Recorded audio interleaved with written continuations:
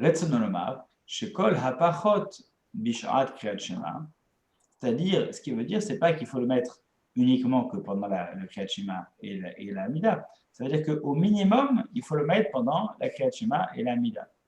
Donc, il dit le Kaman, Besiman Lamed Zaïl, Saif Bet. Et c'est d'ailleurs comme ce qu'on verra plus tard dans le chapitre 37 au paragraphe 2. Ve'amrinan bigmara kol hakore kriyat shema belitfilin hare hu keilu me'aid aidut sheker ve'atzmo. Et c'est d'ailleurs ce qui est écrit dans la Gemara. Quiconque lit le kriyat shema sans les téphilines, c'est comme s'il témoignait d'un faux témoignage par lui-même, par son comportement. Donc, chas v'shalom. Ou pire, Chouv et Tosfot, les fiches Omer, et les Tosfot ont expliqué dans ce passage du Talmud.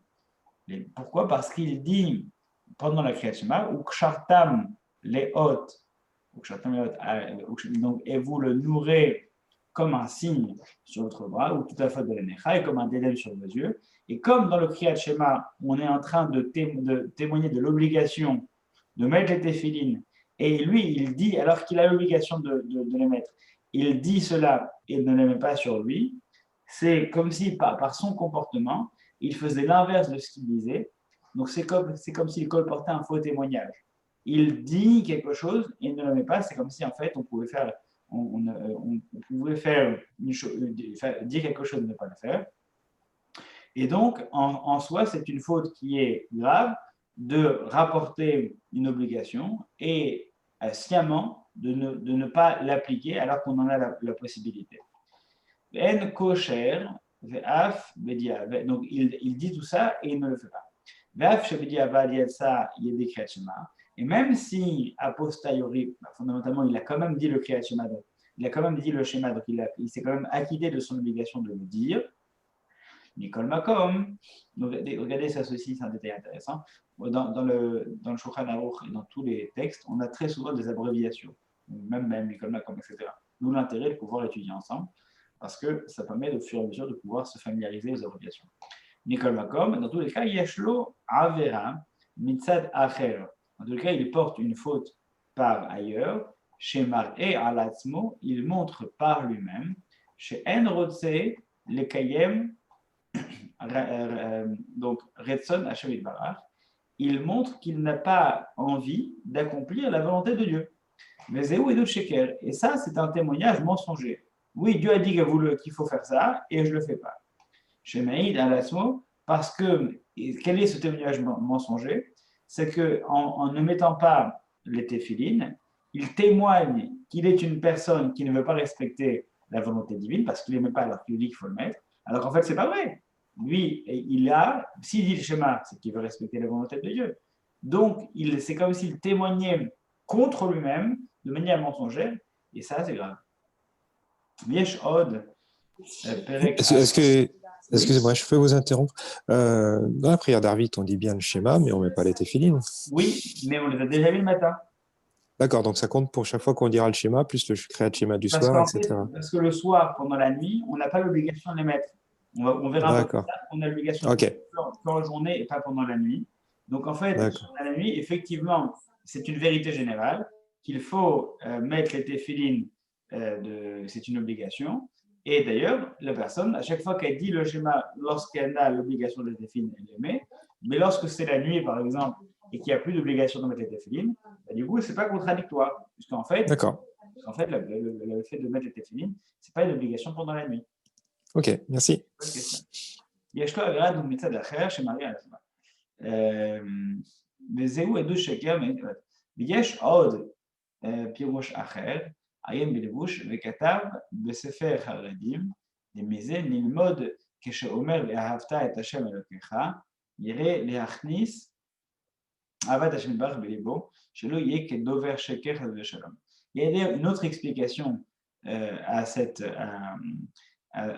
nécessité de mettre les téphilines, qui a été donnée par le Levouche, un autre commentateur, qui a écrit dans un livre qui s'appelle le Sefer Haredim, qu'on apprend, de là que lorsqu'il dit le schéma Ve'ahavta, et tu aimeras ton Dieu, de tout ton cœur, etc., qu'à ce moment-là, il faut qu'il fasse entrer en lui l'amour de Dieu en son cœur, chez lui, afin qu'il ne soit pas comme une personne qui parle de manière mensongère.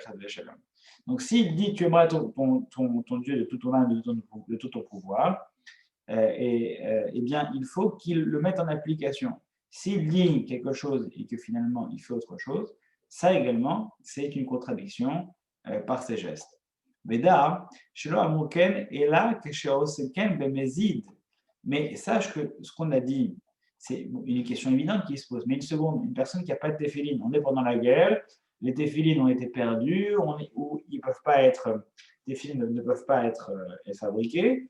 Donc, est-ce qu'on va non seulement ne pas mettre les téphilines et en plus ne pas dire le schéma? Ce serait absurde.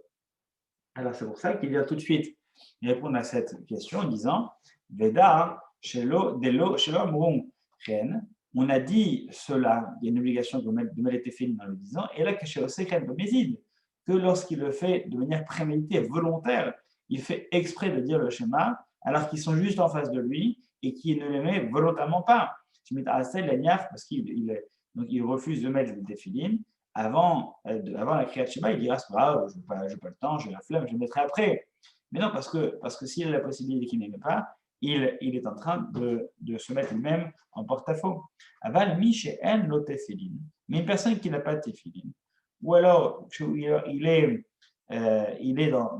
en chemin, il fait extrêmement froid, il ne va pas se découvrir. Et donc, il ne peut pas mettre des tefillin parce qu'il en est techniquement, ça lui est impossible. Et de même dans tous les cas de figure similaires, il est sûr qu'il ne faut pas qu'il retarde la lecture du schéma en son temps. Parce qu'on va voir également que la Kriyat Shema, ça ne peut se dire que pendant une certaine période de la journée. Alors que les téphilines, ça peut se mettre pendant une période plus large. Donc, si il sait qu'il pourra mettre les téphilines plus tard, mais là, il ne peut pas les mettre parce que ça lui est techniquement possible, ça ne va pas justifier de dire la Kriyat Shema plus tard, alors qu'il peut la dire maintenant. Si techniquement il est impossible, il sait que dans le reste de la journée il pourra la mettre, il dit le Shema maintenant, il assume le fait que pour l'instant il ne peut pas le mettre. Et plus tard dans la journée, il mettra ses téphilines. Et donc cela, on pourra le retrouver donc le Levush, le Siman Munchet. Et là-bas, donc, il expliquera un peu plus son point de vue. On passe donc au saïf suivant. Il y a beaucoup de commentaires sur le sujet qu'on vient d'aborder, mais on a dit qu'on s'intéresse uniquement qu'au Mishnah Berurah. On reprend le Shulchan Aruch. Donc, point suivant, donc, saïf He, paragraphe 5. Yechaven behinartam shesivanu hakadosh baruch hu, lorsqu'il met les téphilines, et il devra avoir l'intention suivante, la prise de conscience suivante. Chez Tivanu Akadosh Baruch Hu lehaniach arba parashiot elu sheyesh bahem yechud shemo, que Dieu nous a ordonné de placer sur nous les 4 textes suivants qui portent en eux, donc yechud shemo, c'est l'unification ou l'unification du nom de Dieu. Donc, c'est quoi il y a 2 thèmes qui reviennent. C'est le fait d'unifier, de faire tendre les choses vers un même point, d'unifier le nom de Dieu. Donc, Shema Israël, Hachem Elohim Hachem Echad, écoute Israël, l'éternel notre Dieu, donc Hachem Echad, Dieu est un, donc l'idée d'unité. Et également, le deuxième thème récurrent dans ces 4 passages, c'est Yetziat Misraïm et la sortie d'Égypte. Et cela, il le mettra al-Hazeroa, d'une part sur le bras, ici, sur le bras, Keneged Halev, en face du cœur. Donc, on le met sur le bras qui va se trouver en face du cœur. Donc, a priori, pour une personne qui est droitière, ce sera sur la main gauche, mais ça sera également abordé bientôt. Donc, si c'est sur son bras gauche, a priori, son cœur est à gauche et tout se passe bien. Donc, c'est en face de son cœur. Vers la roche et sur la tête, Keneged Hamoar, en face du cerveau. Donc moi, je ne serai pas la personne la plus adéquate pour vous expliquer où il faut le mettre, parce que normalement, c'est par rapport à la base des cheveux. Comme vous pouvez le constater de vous-même, ma base de cheveux est relativement imprécises. Donc on verra ça lorsqu'on abordera. Quel est Ganemoir? Donc, quoi qu'il en soit, l'un c'est en face du cœur et l'autre c'est en face du cerveau. Kedem, chez Niskor Nissim, Beniflaot, afin que nous puissions nous souvenir des miracles. Donc, Nissim, ça n'est pas que moi, c'est aussi des miracles, encore que. Beniflaot et des prodiges, chez Asaïmanu, chez Morim al Yichudo, que Dieu a fait envers nous, tous les miracles et les prodiges que Dieu a fait envers nous, et qui, eux, démontrent donc l'unité de Dieu. Je vais Asher Loha Koach,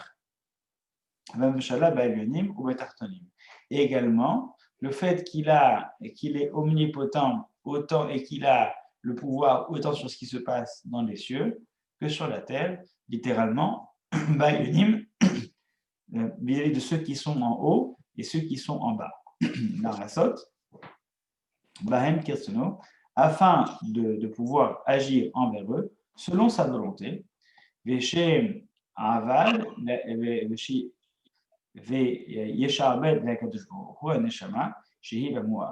et qui est également de soumettre à Dieu l'âme qui se trouve dans le cerveau. C'est amusant pour ça, l'âme, parce que c'est quelque chose qui est autour de nous.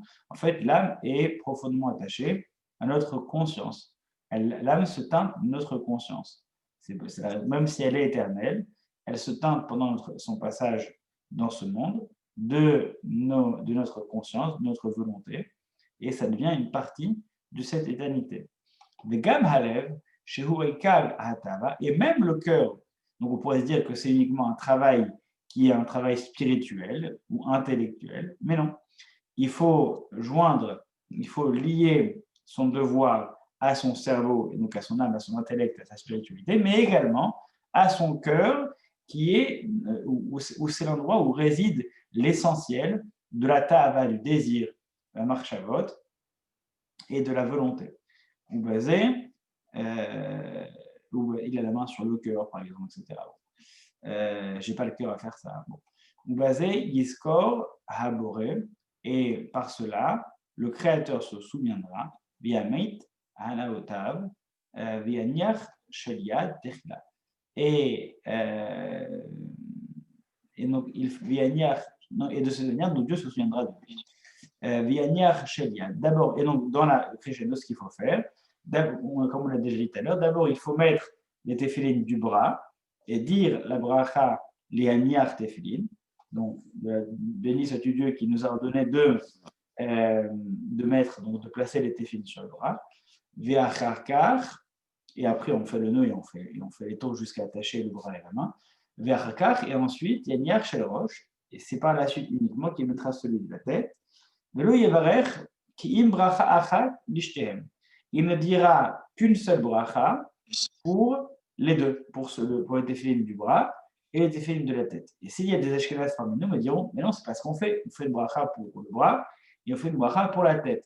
Minute papillon, c'est là qu'on fait intervenir le Haga, Moshe Salès, qui lui va dire, donc est le décisionnaire qui va compléter le Shulchan Aruch lorsqu'il va être écrit, plutôt que d'écrire son propre livre, il va choisir de compléter le livre qui avait déjà écrit par le Shulchan Aruch en indiquant parfois les différences de tradition, de rites, de coutumes et de lois entre le monde séfarade et le monde ashkénaze. Et donc le Haga, annotation, Haga ça veut dire annotation du Rav Moshe Salès qui dit oui, mais nous on fait différemment. Veyesh Omrim, certains disent les varer al shel rosh al mizat tefilin afilu lo hifsik ben taïm. Donc même le Shulchan Aruch sera d'accord que s'il y a une interruption entre le moment où il a mis le bras, tefilin du bras et les tefilin de la tête, dans ce cas-là, il y aura une bracha qui sera donc supplémentaire lorsqu'il mettra le tefilin de la tête. C'est-à-dire qu'il fera donc l'éanière tefilin sur le bras. Et s'il y a une interruption, alors il mettra il a parlé avec quelqu'un par exemple, et donc il a perdu l'intention qu'il avait en mettant au début le tefilin, eh bien il dira une seconde bracha qui est al mitzvat tefilin, Donc Dieu nous a ordonné de la mitzvah des téfilin. Eh bien, le Rav Moshe Isserles dit attention, chez nous c'est un peu différent. Certains disent que, quoi qu'il en soit, qu'il y ait eu interruption ou pas, on fait systématiquement les deux brachot. Ce n'est pas une seule bracha pour les deux, et au cas où il y a une interruption, on en fait une deuxième. Nous, on fait systématiquement deux brachot, une sur le bras, une sur la tête. Afilou Leifsit Bentaim, Harosh Irotefin. D'ailleurs, c'est une halakha qui vient du célèbre commentateur Rabbi Macher de Roche, qui a écrit cela donc vis-à-vis en vertu des lois des téphilines. Et c'est effectivement la coutume qui s'est développée Bivne Ashkenaz, dans le monde Ashkenaz,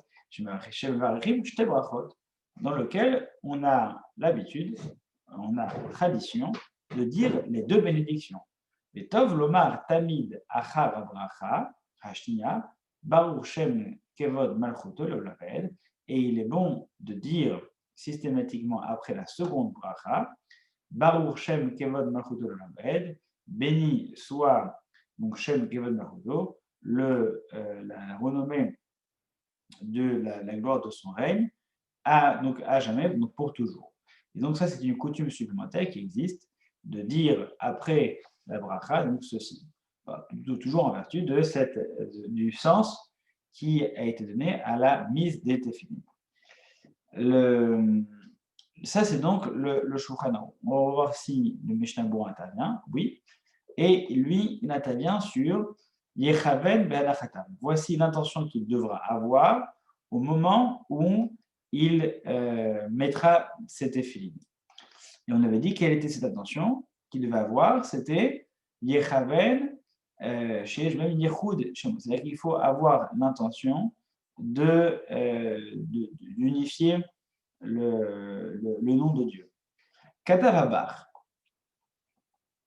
Le Beit Hadash a écrit, donc c'est un commentateur, un célèbre commentateur du Shulchan Aruch, qui est bien sûr antérieur au Mishnah Berurah. Donc lui, le Mishnah Berurah, il dit voilà ce qu'il a écrit donc, de la génération précédente, ce qu'ont écrit donc, le Beit Hadash. Au Siman Chet, Ta'am Leze, en voici la raison pour laquelle il faut avoir cette intention d'unifier le nom de Dieu. Midirtiv Veya Lecha Leot Ayadecha, ce sera pour toi, donc en parlant des téphilin, ce sera pour toi un symbole sur ton bras et comme un diadème entre tes yeux. Donc un symbole sur ton bras. Le Ma'an Tiye Torat Hashem Beficha, afin que la doctrine de Dieu soit sur ta bouche. Qui beyat chazaka otiacha Hashem. Pourquoi? Parce que Dieu t'a. Ça, c'est dans la suite du verset. C'est dans la suite du verset. Donc, on dit pourquoi est-ce qu'il faut mettre ça comme un symbole sur ton bras, afin que la doctrine de Dieu soit toujours dans tes propos. Qui va chazaka, parce que Dieu t'a sorti d'Égypte avec un bras fort.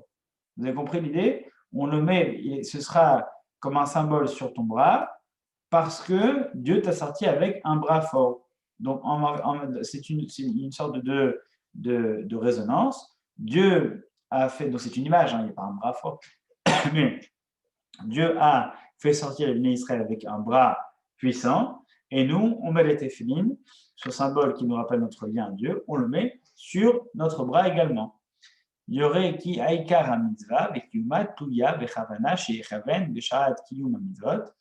Et on voit bien que de la juxtaposition, en fait, dans la Torah, il y a une justification au fait de mettre les téphilin, c'est qu'il y a pourquoi est-ce qu'il faut mettre les téphilin?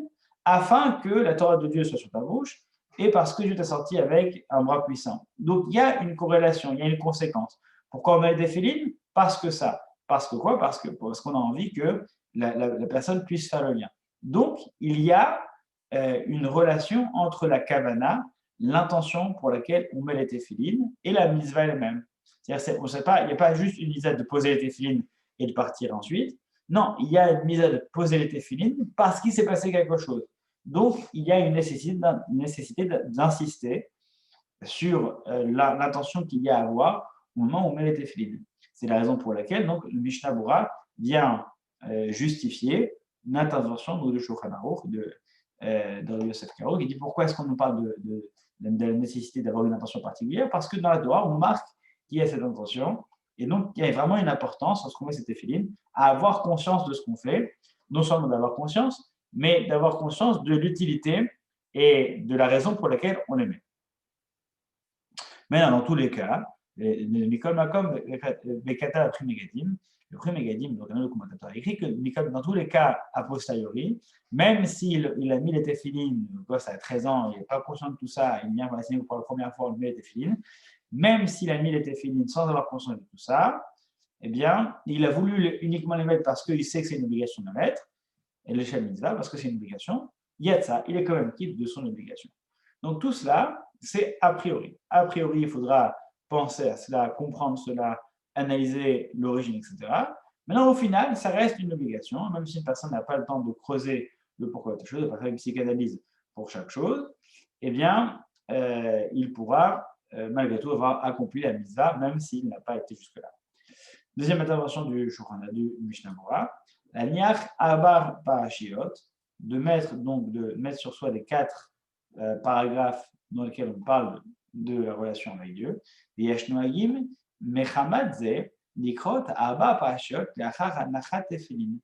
certains ont l'habitude, en vertu de ce principe de prendre conscience de 4 textes qui sont écrits dans les téphilines, de les lire en fait. Après avoir mis les téphilines, ils vont lire les 4 passages qui sont dans les téphilines pour avoir tout à fait conscience de ce qu'ils ont fait comme geste au moment de mettre les téphilines. Ils mettent les téphilines, ensuite ils lisent le texte de ces quatre passages qu'ils ont mis sur le bras.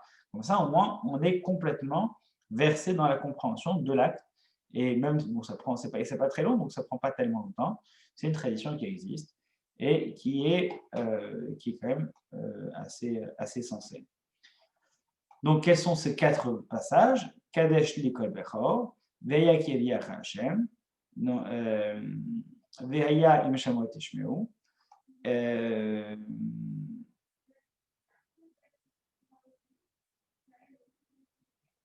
le chemin Israël. Voilà.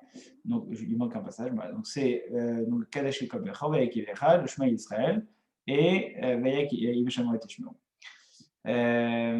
בלאחי קוראים כל ישראל בשער קריאת שמע, בתפילין דרבנותם יאמר כל ארבע פרשיות. Et il conclut en disant Umina Giafehu, et c'est une bonne tradition, c'est une tradition, une jolie tradition que de faire ça, donc qu'il recommande. Techila, dirti Ushadam, donc pourquoi pourquoi est-ce qu'il faut mettre le téfilin du bras avant celui de la tête? Alors tout à l'heure, j'avais déjà donné une explication parce qu'il y a un parchemin dans celui du bras et 4 parchemins dans celui de la tête. Donc, en termes numériquement, il y a plus de parchemins dans celui de la tête que celui du bras. Et s'il y a une autre explication qui est donnée, c'est tout simplement parce qu'on suit l'ordre de la Torah. Il est d'abord écrit Ukshatam Neot Aliyedecha et ensuite il est écrit Vehayum Netotafam Aliyedecha. Ce sera comme un symbole sur ton bras et comme un diadème entre tes yeux. Donc, chronologiquement, dans le texte, c'est d'abord le bras et ensuite la tête. Et donc, on respecte cet ordre lorsqu'on met cet téfilin. Al-Mitzvat, téfilin, donc à propos de la deuxième bracha, les téfilin, sur laquelle on va dire, les Ashkenazim vont dire cette deuxième bracha, alors que les Séfaradim ne la diront que si se sont interrompus.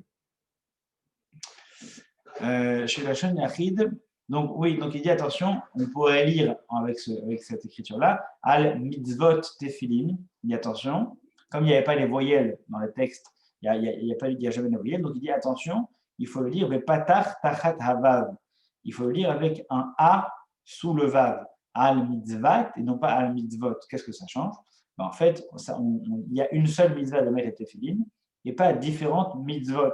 Si on dit à mitzvot, on va croire qu'il y a 2 mitzvahs, une pour le fait de mettre les téfilin sur le bras et une pour le fait de mettre les mitzvahs de tête, alors qu'en fait, il y a une mitzvah de mettre les deux. Voilà, c'est technique. On le verra un peu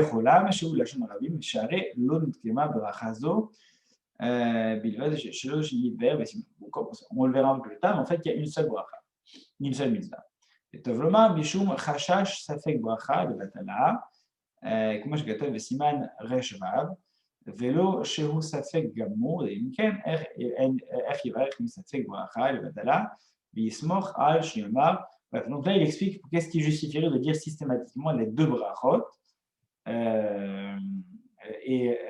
les deux brachot, donc, et en particulier de dire la seconde bracha lorsqu'on a un doute, enfin, lorsqu'on s'est interrompu après la première bracha. Dès l'instant qu'on s'est interrompu entre les téphilines du bras et les téphilines de la tête, alors il y a un doute quand on fait de savoir si on a accompli complètement la mitzvah. Donc, d'où l'intérêt de faire cette deuxième bracha, parce que ça fait que lorsqu'il y a un doute dans les lois de la Torah, on va à la Chumra et donc on va à un comportement plus rigoureux. Donc, on dit une seconde bracha. Alors, on continue et il nous reste encore deux séphim, mais ensuite on s'arrêtera là parce que j'ai bien conscience que ce n'est pas forcément très facile de se concentrer sur un écran, surtout quand on n'a pas le texte soi-même. Donc, on va être un peu plus court qu'un format classique pour pouvoir au moins se concentrer sur ce qu'on a. Im pagar beshel rosh techila. Si la personne a son sac, et il a donc dans son sac les téphilines du bras, et la téphila du bras et la téphila de la tête ensemble dans son sac, et il n'a pas fait gaffe, et il a pris celui de la tête avant celui du bras. Et on a dit que normalement, il faut d'abord mettre celui du bras avant celui de la tête. Donc, s'il prend celui de la tête en premier, le fait de ne pas le mettre maintenant, ce serait, même envers les objets, on a un certain respect. Donc, ce serait une forme de manque de respect parce qu'on considérerait qu'on l'a pris, mais on ne fait pas la bracha et on la laisse de côté et on met l'autre à la place. Donc, comment est-ce qu'on comporte? Est-ce qu'il vaut mieux mettre celui de la tête en premier malgré tout, ou est-ce que, tant pis, on l'a pris, maintenant on la laisse de côté et on respecte l'ordre de la mise à définir? Voyons voir. Impaga Bechel Roche. S'il a touché d'abord la défilade de la tête en premier. Donc, Tsarich Lehavir al Ota Mitzvah. Tant pis. Il faudra donc laisser passer cette mitzvah pour l'instant. Vianyar Sheliad, Techila, Vachaka Sherosh. Et mettre d'abord la tefila, donc le boîtier du bras, et après celui de la tête, malgré tout. Alors qu'on avait vu que lorsqu'il y a la même situation qui a lieu entre les téphilines et le talit, qu'on penchait plutôt vers le fait de mettre les téphilines en premier malgré tout et de mettre le talit ensuite. Pour ce qui est des téphilines, ça n'est pas la même chose. Si on a attrapé celui de la tête, on n'aurait pas dû, là tant pis, on le laisse malgré tout on le repose dans son sac et on va prendre celui du bras. Pourquoi cette différence? Voyons voir le Mishnah Berurah. Davka paga, aval im heniach shel rosh techila o shematza shel nishmet imkomo en leasir ashel rosh de mai de have v'yamehel heniach shel rosh sheyad. Donc cette abréviation ici, c'est ha shel yad, ha shel rosh. C'est celui du bras, celui de la tête. Donc, ce que dit le Mishnah Berurah, c'est la chose suivante. Ça, on ne parle uniquement du fait que s'il a touché. Maintenant, s'il a déjà mis, il s'est bourré complètement, il était complètement dans les papes, il n'en avait aucune idée. Et maintenant, il n'a pas seulement touché, mais il a déjà mis, il ne savait pas qu'il y avait un nom particulier, il a déjà mis le téphilin de la tête avant celui du bras. Ben, s'il a déjà mis, il n'a pas le droit de le retirer et de mettre l'autre en premier. Ce qui est fait est fait. C'est ce qu'il dit ici, des mailles, des have. Ce qui est fait est fait. Mais Maher, il se dépêchera de mettre celui du bras rapidement sur sa place. Et d'autres ne sont pas d'accord et il faut pour cela aller consulter l'ouvrage de Biur Halacha. כיוון דכתיב בקרא במפורש ליד קודם מתחילה וקשתם והדר לפיכך אין משגיחין על העברת המצווה השן כנ"ל. Donc להעביר על אותה מצווה, donc il faudra, maintenant il explique pourquoi est-ce que c'est si important de mettre, malgré tout, malgré qu'on ait touché en premier celui de la tête, pourquoi est-ce qu'il faut malgré tout celui du bras? Il dit parce que il n'y a pas uniquement qu'une idée de Ma'alim Bakodesh qu'on va crescendo en montant dans ce qui est sacré. En fait, il y a une volonté qui est décrite directement dans le texte. Le texte dit que il faut donc il sera donc comme un signe sur ton bras et comme un diamant entre tes yeux. Le texte dit donne l'ordre en fait. C'est pas comme si l'ordre nous était laissé pour arbitrage. L'ordre est déjà défini. Donc, si l'ordre est déjà défini, il faut respecter l'ordre qui est indiqué dans le texte. C'est la raison pour laquelle, contrairement à ce qu'on avait vu par rapport au talit et les téphilines, il faudra reposer celui du bras et reposer celui de la tête et remettre celui du bras en premier pour respecter l'ordre qui est indiqué dans la Torah. Dernier point, donc un petit paragraphe. Yevarech lehaniach des kamas tachatahe velo bepatach hadagash. Bon, il faudra dire lehaniach et non pas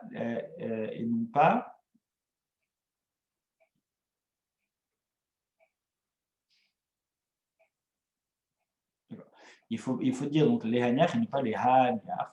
Voyons voir ce que dit le Mishnah Berurah à ce propos. Les haniach bekamas, c'est jour la shon hanacha. Comme shekatav les haniach bracha el betecha, le betach shehu la shon aziva. Ah d'accord. Richem asher hinichu. Oui, en fait parce qu'il y a, vous savez, la grammaire hébraïque est parfois un petit peu capricieuse. Il y a des mots qui se disent quasiment de la même manière, mais qui définissent donc des réalités complètement différentes. Donc en fait, c'est quasiment des homonymes, mais qui ont des sens complètement différents.